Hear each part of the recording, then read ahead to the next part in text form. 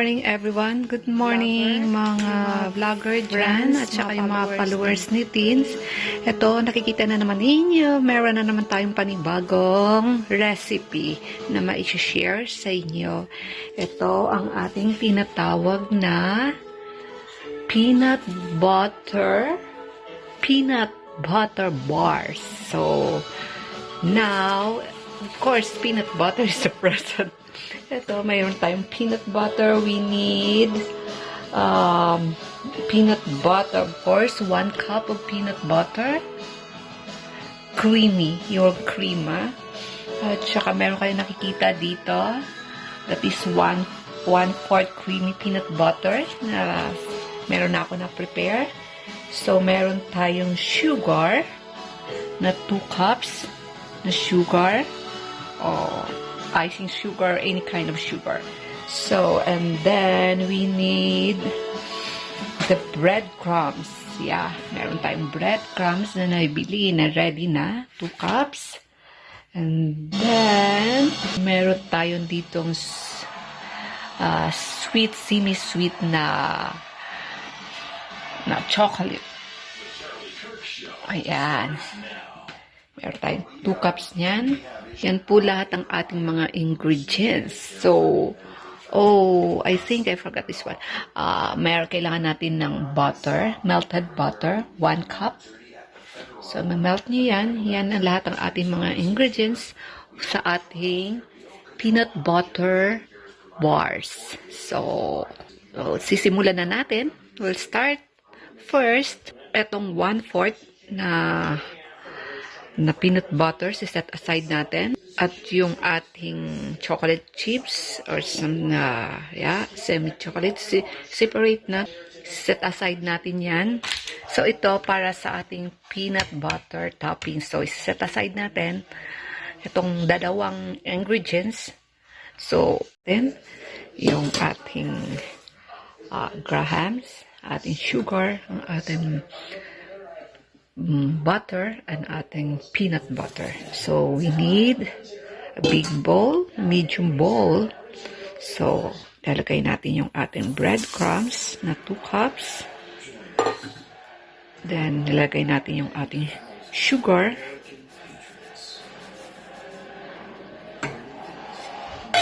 Na 2 cups din yan. So, ilalagay natin yung ating butter na 1 cup. Yeah. Just very simple. I-mix natin at saka ilalagay natin yung ating peanut butter here. Then I will put this peanut butter na 1 cup. Your crazy woman is doing peanut butter bars. Do that. And then we'll mix it. Mix it. Then mix it. Yeah, mix it well. Yeah, mix natin sila mabuti. Yep. Mix it good. Yeah, this kind of peanut butter bars, no need no need oven. Just chill it in your fridge. Easy. This kind of itong recipe na to. Very easy and very delicious, guys. I will show you. And simple. At I'm sure now meron tayong pen. Maliit yung pen ko, so medyo magiging thick siya. Sana little bigger or 9x13. Mine is only just 9x9. So I will put oil or spray it. Para, yeah. And then we will put some, ito ilalagay na natin to yung ating minix. Yep. So, guys. dip it here.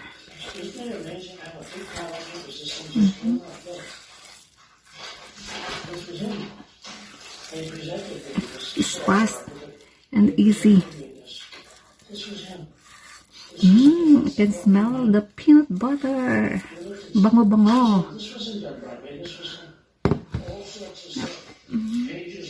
Not butter and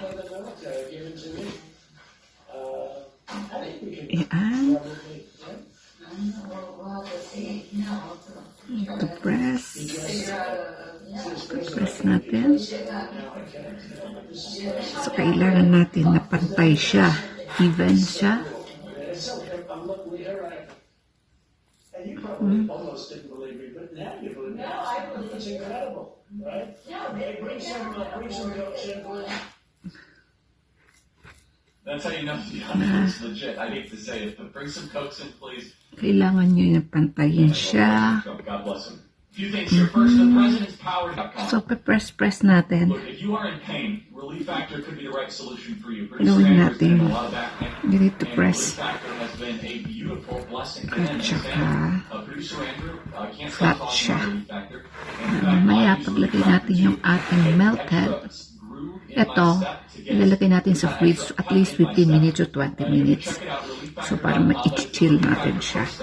Because later, lalagay natin yung ating, remember, meron tayong isang ni-set aside na chocolate chips and peanut butter, 2 cups. Yeah. Yep. Ito na siya. Ilalagay natin sa ating refrigerator. Look at mo. Ito na yung ating ginawa. I-chill natin for 15 to 20 minutes sa fridge. So we need to chill. I need to chill in the fridge and chill it for 15 to 20 minutes. Ito yung kanina, ito yung ni-set aside natin, yung peanut butter na 1/4 cup. And then, itong 2 cups na chocolate chips. Ilalagay natin dito sa malaking ating measuring cup. At saka ilalagay natin sa microwave. Melt natin. Kung wala kayong microwave, just do it sa inyong stove. Sa pag-melt. Sa microwave, just do it for 15 seconds. Ito, ilalagay natin sa ating microwave. So, ito na siya. Minelt ko na siya sa microwave for 20 seconds. But you need to stir it kung sa microwave. Tanggalin nyo, at saka stir nyo, at saka ibalik nyo ulit. So, not be melted. Ito na siya. Not totally melted yet.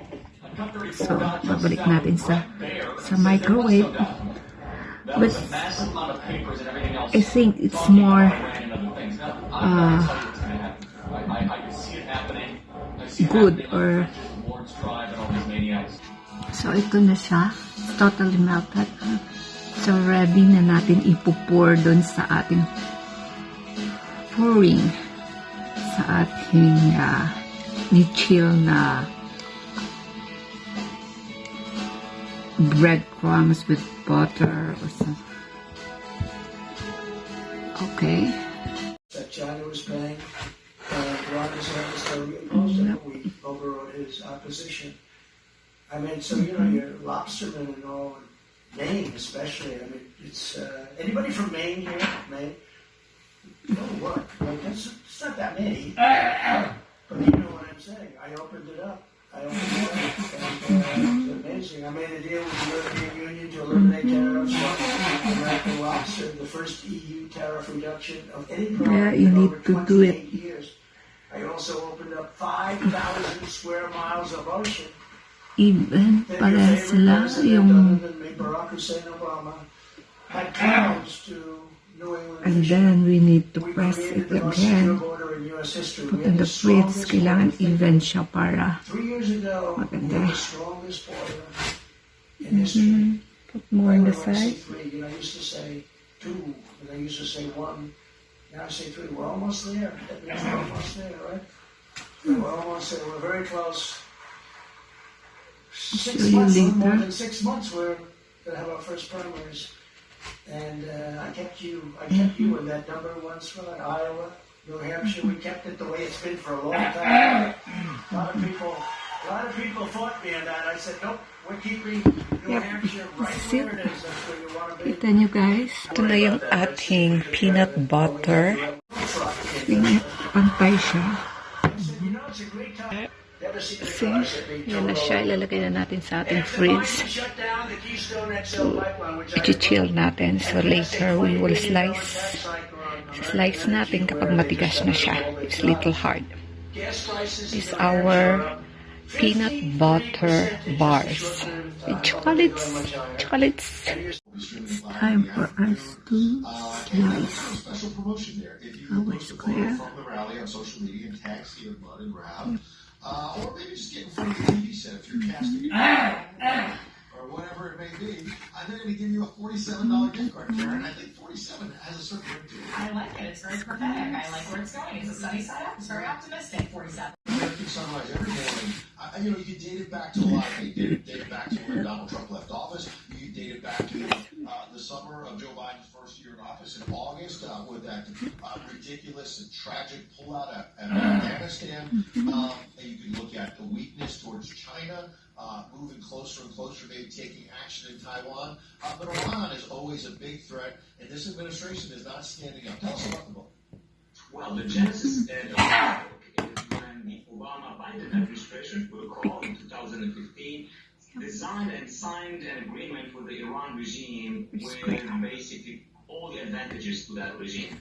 Nothing it was used by the Iranian regime. Guess what? To support the Iran lobby in America, to impact our foreign policy, to help the supporters of the administration at that time. So now, President Trump comes in 2017. At the hands of the Biden administration, and the piece is so important to our peace here in the United States. What's really going on in Israel right now? Well, Israel, because of the Trump Democrats or the neo-Democrats, who basically are far left, pro-woke, pro-Iran deal, and pro-Muslim Brotherhood. I mean, what can you do with this cocktail? You have probably moderates, and we have representatives, and we have a majority. Absolutely. William Ferris. Updating on some of the economic headlines, the U.S. economy is actually growing despite higher interest rates and stubbornly high inflation. Although the economy provides numbers for the economy during the first quarter of the year, and you don't have to pay attention which is diversifying. You're buying, well, they're buying gold. So follow their lead and text the word America to the number 9.